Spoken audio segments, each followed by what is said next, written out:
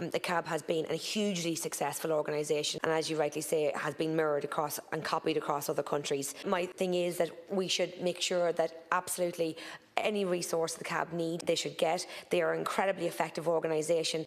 I'm thinking of County Louth and all across the border regions. We see the reality of crime, we see the fuel smuggling, we see drug trafficking across the border, and it often feels like locally, in North Louth particularly, and I'm sure it's mirrored across the border counties, that often we can see criminals operate sometimes with near impunity, Minister. I know the intent behind lowering the thresholds for CAB from 13 to 5 was to rule out all crime, to make sure that no ill-gotten gain was too small to pursue.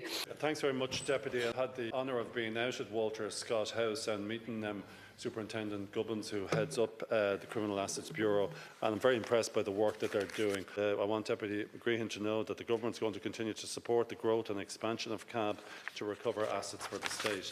It's extremely important that criminals know that if they stay in Ireland, that their assets are going to be seized if it isn't the case that they're going to be convicted and brought before the courts. Thank you, Minister, and it's really good to hear the commitment in the programme for government that you've already been working on that, and you have that bill to come to the House. I suppose I just want to reiterate personally that I would love to see a border CAB unit looking at the border region. It's not fair on law-abiding citizens, law-abiding retailers, to make sure that we have smuggling, we have illegal fuel coming across the border.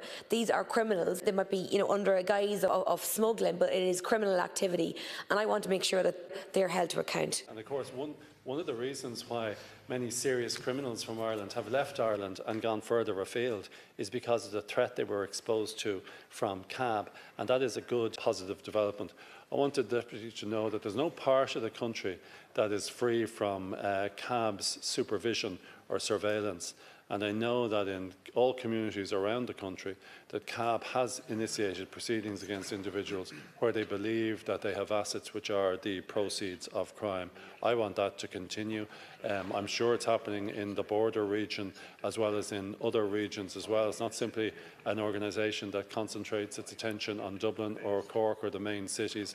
It is absolutely national in its reach and international when it comes to its cooperation with other agencies. And just again, I want to agree with Deputy McGreehan. I'll continue to resource CAB, and I know that CAB wants to extend its powers, which will happen through the legislation I'm going to introduce shortly.